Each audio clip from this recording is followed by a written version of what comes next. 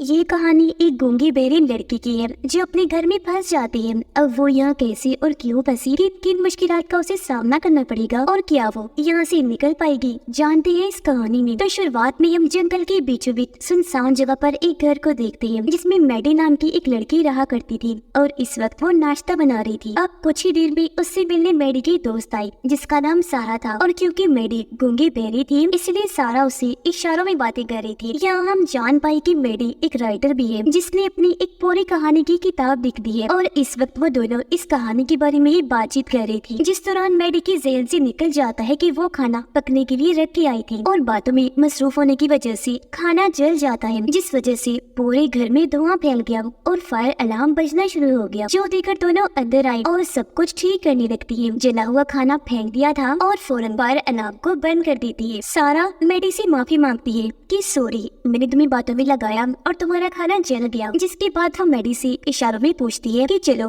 खाना खाने और मूवी देखने चलते हैं, जिसके लिए मैडी ने साफ साफ मना कर दिया, ये कहकर कि आज नहीं क्योंकि मुझे घर में बहुत ज्यादा काम है। अब सारा वहाँ से चली गई और मैडी घर के अंदर आ जाती है। यहाँ हमें पता चला कि वो गूंगी बहरी एक इन्फेक्शन की वजह से हुई और ये मसला उसके साथ बचपन से है। उसे ये टेम्परेरी यानी कि आर्जी मसला ही था, पर जब उसने अपना इलाज करवाया तो ऑपरेशन की वजह से हमेशा के लिए बोलने और सुनने की ताकत खो दी। जिसके बाद वो सबसे अलग यहाँ जंगलों में आकर रहने लगी और अपनी कहानियाँ लिखना उसने शुरू कर दी। रात को मैडी जब अपनी अगली कहानी लिख रही थी तो सोच में पड़ जाती है कि कहानी की एंडिंग क्या लिखूं, यानी कि इस तरह कहानी को खत्म किया जाए। उसे इस वक्त कोई आइडिया नहीं आ रहा था, इसलिए वो अपने दोस्त को वीडियो कॉल करती है, पर इस वक्त भी वो काफी परेशान थी इसलिए वीडियो कॉल काट देती है। उसका दोस्त अब उसे कॉल करता है पर वो फौरन लैपटॉप बंद करके किचन में काम करने चली जाती है। लेकिन तभी हम बहुत हैरान कुन नजारा देखते हैं। सारा दोबारा मैडी से मिलने आई, वो भी दरवाजे पर आई ही थी कि एक मास्क मैन यानी जिसने चेहरे पर मास्क पहना हुआ था वो सारा को पकड़ के हमला कर देता है। उसके पास चाकू था जिससे बुरी तरह वो उसे मारने लगा। सारा बेचारी काफी डर जाती है, दर्द से चिल्लाने लगी। वो मैडी को भी मदद के लिए पुकार रही थी पर ना सुनने की वजह से मैडी का उस तरफ ध्यान ही नहीं जाता और मास्क मैन कई बार सारा को चाकू से वार करता है। बुरी तरह उसका खून बहने लगा और बहुत दर्दनाक उसकी मौत हो जाती है। वो नीचे गिर गई। मास्क मैन ऊपर उठा और वो बहुत डरावनी तरीके से मैडी को घूरने लगता है, फिर अपनी उंगली दरवाजे पर मारकर दस्तक देने लगा। पर जब उसे यकीन हो गया कि मैडी कुछ सुन नहीं पा रही तो वो सारा की लाश को लेकर वहाँ से चला गया। अब मैडी के पास दोबारा उसके दोस्त की कॉल आई पर वो कॉल को नहीं उठाती, दोबारा से अपनी कहानी लिखने लगती है। इस दौरान मास्क मैन कातिल उसके घर में घुस आया, चाकू से शोर करने लगता है पर हमेशा की तरह मैडी अभी आवाज को नहीं सुन पाती। इस बीच मैडी के पास उसकी फीमेल फ्रेंड की वीडियो कॉल आई। कॉल जैसी मैडी ने पिक की वो आदमी पीछे हट गया। वीडियो कॉल पर अब दोनों दोस्ती इशारों से बातें करने लगी। उसकी दोस्त मैडी को काफी कहती है कि तुम यहाँ शहर में आकर मेरे साथ रह लो, पर मैडी ने ये कहकर मना कर दिया कि नहीं, वहाँ मैं नहीं आ सकती क्योंकि शहर में वो शोर शराबा है जिस वजह से मैं काफी डिस्टर्ब हो जाती हूँ। इस बीच मास्क मैन चुपके से आया और मैडी का फोन उठाकर ले जाता है। उसकी दोस्त ने आदमी की थोड़ी सी झलक देख ली थी इसलिए उसे कहती है कि तुम्हारे पीछे कोई है। मैडी जवाब देती है कि मेरी बिल्ली होगी। वो अपने दोस्त को फिर कहने लगी कि अच्छा ठीक है, मैं फोन रख रही हूँ क्योंकि मैंने बिल्ली को ढूंढना है, वो ऐसे घूम रही है। जिसके बाद वो पूरे घर में अपनी बिल्ली को ढूंढने लगी पर वो उसे कहीं भी नहीं मिलती। इसीलिए थक हार कर मैडी वापस आई, अपना लैपटॉप लेकर काम पर बैठ जाती है जहाँ मैडी के पास उसके अपने ही नंबर से एक तस्वीर आई जिसे देख पहले तो वो काफी दंग रह गई, लेकिन जैसे उसने तस्वीर खोलकर देखा तो वो उसकी अपनी ही थी और काफी बार अलग अलग टाइम पर उसकी तस्वीरें थी जब वो काम कर रही थी, घर में बिल्ली को ढूंढ रही थी और अपने दोस्त से वीडियो कॉल पर बात कर रही थी। जो देखकर उसे अंदाजा हो गया कि मेरे अलावा घर में कोई और भी है जिसने मेरे ऊपर नजर रखी हुई है और अब वो काफी डर जाती है। उसने जैसे दरवाजे की तरफ देखा बाहर मास्क मैन खड़ा था जिसके हाथ में मैडी का फोन था और वो उसे मैडी को ही दिखा रहा था। ये देख वो काफी घबरा गई, जल्दी से उठी, मास्क मैन के अंदर आने से पहले जल्दी से दरवाजा बंद कर देती है और अब जब वो खिड़की से अंदर आने की कोशिश करने लगा तो मैडी ने वो भी जल्दी से बंद कर दी। ये देखकर मास्क मैन अब घर के चारों तरफ चक्कर लगाने लगा, अंदर जाने का रास्ता ढूंढने लगता है पर उसे अंदर घुसने का कोई रास्ता नहीं मिलता। इस बीच जल्दी से मैडी पुलिस के नंबर पर फोन करने की कोशिश करने लगी। ऐसा करता हुआ उसे मास्क मैन ने देख लिया था, इसीलिए उसने सारी कनेक्शन की लाइट्स की तारों को काट दिया जिससे पूरे घर में अंधेरा छा गया। साथ ही उसने वाईफाई का पासवर्ड भी बदल दिया था ताकि अब मैडी किसी से भी राब्ता ना कर पाए। और अब इन सारी चीजों से मैडी काफी डर जाती है क्योंकि तभी बाहर खड़ा हुआ मास्क मैन उसे खून से भरा हुआ चाकू दिखा रहा था। मैडी काफी घबराई हुई थी, उसे कुछ समझ नहीं आ रही थी कि अब मुझे क्या करना चाहिए। और मास्कमैन जो घर से बाहर खड़ा था वो वहाँ से चला गया। मैडी जब दरवाजे के पास जाकर देखती है तो बाहर मास्कमैन उसकी गाड़ी के टायर्स को पंचर कर रहा था ताकि वो यहाँ से भाग ना सके। तभी मैडी के हाथ एक टॉर्च लाइट लग जाती है। उसने जब लाइट को दरवाजे पर मारकर देखा तो वहाँ मास्कमैन ने लिखा हुआ था कि मैं नहीं चाहता तुम किसी को ये बताओ कि तुमने मेरा चेहरा देखा हुआ है। साथ में ये भी लिखा था कि तुम्हारा दोस्त आ रहा है। जो कहते ही उसने अपना मास्क हटा दिया। उसका चेहरा देखकर मैडी की होश उड़ गई क्योंकि वो उसे जानती थी, उसके साथ रह चुकी थी। एक वक्त था जब दोनों काफी अच्छे दोस्त हुआ करते थे, पर अब मैडी उसे छोड़ चुकी थी। यही वजह है कि उसने लिखा था कि तुम्हारा दोस्त आ रहा है। वो मैडी को वापस उसके साथ रहने का कहता है और ये भी कि मैं जब चाहूँ तुम्हारे घर के अंदर घुस सकता हूँ, तो जरा ख्याल से। जो कहकर वो यहाँ से चला गया। जिसके बाद मैडी किचन में गई। उसने चाकू और हथौड़ा उठा लिया। पूरे घर को चेक करने लगी कि कहीं मास्कमैन अंदर तो नहीं घुस आया। साथ ही वो सारी खिड़कियाँ और दरवाजों को भी मजबूती से बंद कर रही थी। जिस बीच कोई उसकी खिड़की को बजाने लगता है। मैडी ने जब चेक किया तो वहाँ और कोई नहीं बल्कि उसका वो पुराना दोस्त ही था, यानी कि मास्कमैन, जो सारा की लाश को पकड़कर उसके हाथ से खिड़की पर दस्तक करवा रहा था। जो देखकर मैडी की तो जैसे होश उड़ गई। वो काफी डर जाती है और अपने दोस्त की मौत पर रोने लगी। पर तभी उसे एक आइडिया आया। वो अपनी गाड़ी का रिमोट लेकर गाड़ी का हॉर्न बजा देती है, जिससे मास्कमैन का ध्यान भटक गया। इसीलिए मैडी खिड़की से थोड़ा बाहर आई और सारा की लाश को अंदर खींचने की कोशिश करती है। पर तभी वो आदमी उसे देख लेता है, पाकर उसके पास आने लगा। इससे पहले वहाँ से अंदर घुसने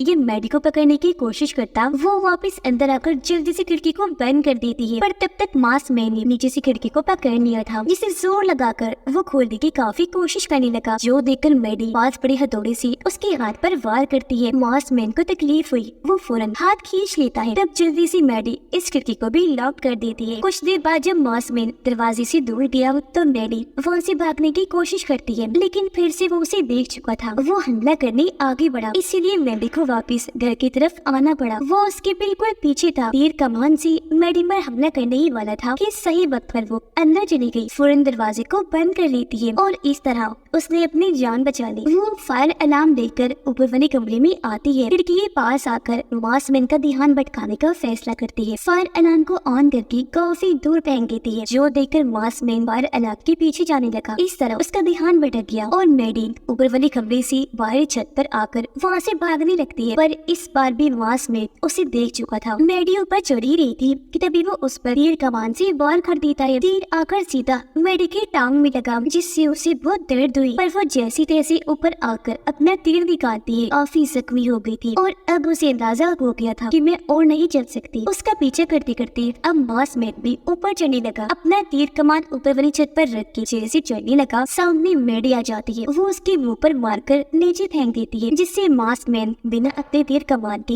नीचे गिर गया। और अब मैडी वहाँ से आगे बढ़ने लगी। तीर कमान से उस पर हमला करने की कोशिश करने लगती है, पर नाकाम ही रहती है। वो अब उठा उसके पीछे पीछे आने लगा, इसलिए वो वापस अपने कमरे में आकर खिड़की को लॉक कर देती है और अपने जख्म की मरहम पट्टी करने लगी। कमान में भी तीर लगाने की कोशिश करती है, पर उससे ये हो ही नहीं पाता क्योंकि इस तरह के काम उसने आज से पहले कभी नहीं किए थे। इस बीच सारा का दोस्त भी वहाँ आ जाता है। वो उसे ढूंढने आया था। दरवाजे पर दस्तक देकर सारा को पुकारने लगा। उसकी आवाज मास्कमैन ने सुन ली थी, इसलिए वो टॉर्च लेकर वहाँ आया और सारा के दोस्त को चोर चोर कहने लगता है, जिससे वो काफी डर गया। अपने हाथ ऊपर करके खड़ा हो जाता है। घबराते हुए बताने लगा कि मैं कोई चोर नहीं हूँ, बल्कि मैं मैडी का पड़ोसी हूँ। मेरी दोस्त यानी कि सारा मैडी की बहुत अच्छी दोस्त है। वो उसे मिलने आई थी, पर काफी देर हो गई है, अभी तक वापस नहीं लौटी। मुझे फिक्र हो रही थी, इसलिए मैं उसे ही ढूंढने यहाँ आया था। यह मैडी का दोस्त यानी कि मास्कमैन भी बताता है कि मैं पुलिस ऑफिसर हूँ। मुझे यहाँ से मदद के लिए कॉल आई थी, इसलिए मैं यहाँ आया। पर यहाँ आने की बात तो मुझ पर ही हमले होने लगी। मेरी गन चोरी हो गई है, साथ ही फोन भी कहीं पर गुम हो गया है। जो कहकर वो सारा के दोस्त से फोन मांगता है, पर कॉल करने के बाद उसका फोन वापस देने की बजाय अपनी जेब में रख लेता है। अब जब सारा का दोस्त उसे फोन मांगने लगा तो जेब से निकाल कर उसे दे देता है, पर जेब में रखा सारा का इयररिंग बाहर निकल कर गिर जाता है। जो देखकर सारा के दोस्त को शक होने लगा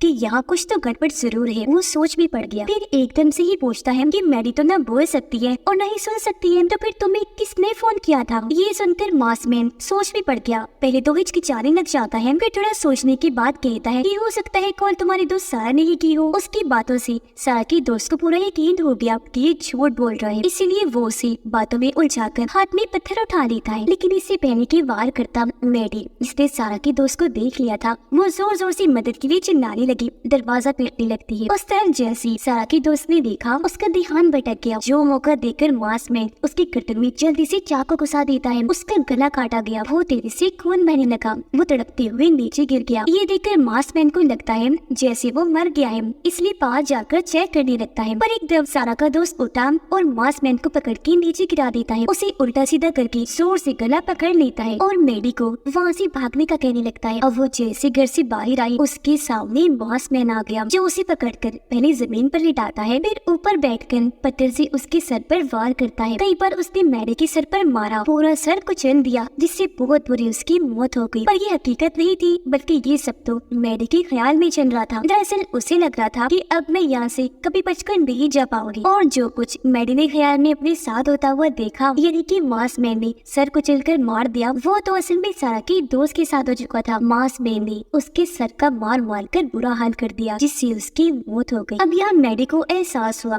कि अगर मुझे यहाँ से भागना है तो मुझे मेरे पाँव को ठीक करना होगा जो जख्मी थे, यानी कि उनकी मरहम पट्टी करके। और अगर मुझे मासमैन को मारना है तो उसके लिए मुझे तीर कमान चाहिए। साथ ही मुझे घर की लाइट्स भी ऑन करनी होगी, क्योंकि घर में अगर मैं गई तो अंधेरे में पकड़े जाने का बहुत खतरा है। और मुझे या तो बाथरूम में छुप जाना चाहिए या फिर अपने कमरे में किसी महफूज जगह पर, क्योंकि एक बार अगर मासमैन घर के अंदर घुस गया फिर मैं कुछ भी नहीं कर पाऊंगी, क्योंकि जाहिर है ना तो मैं कुछ बोल सकती हूँ और ना ही सुन सकती हूँ। अभी सारी बातें सोचने के बाद उसे एहसास हुआ कि ना तो मैं यहाँ से भाग सकती हूँ और ना ही छुप सकती हूँ, इसलिए अब मेरे पास बचने का बस एक ही रास्ता है, मुझे मासमैन को मार देना चाहिए। तभी बाहर मासमैन को मैडी की बिल्ली मिल जाती है, जिससे वो बातें करने लगा। और क्योंकि उसका ध्यान भटक गया था तो मैडी घर के सामने आकर तीर कमान से उस पर वार करती है, पर बदकिस्मती से तीर उसके कंधे पर आकर लगा, जिससे उसका ज्यादा कुछ नहीं हो पाता। वो अपना तीर निकालकर फिर से मैडी के पीछे पड़ जाता है, जो देखकर वो भी जल्दी से घर के अंदर भागने की कोशिश करती है, जिस दौरान उसका तीर बाहर ही गिर गया। अब मैडी ने जल्दी से दरवाजा तो बंद कर लिया था, पर हल्का सा हाथ बाहर निकाल कर वो जैसे तीर उठाने लगी, मासमैन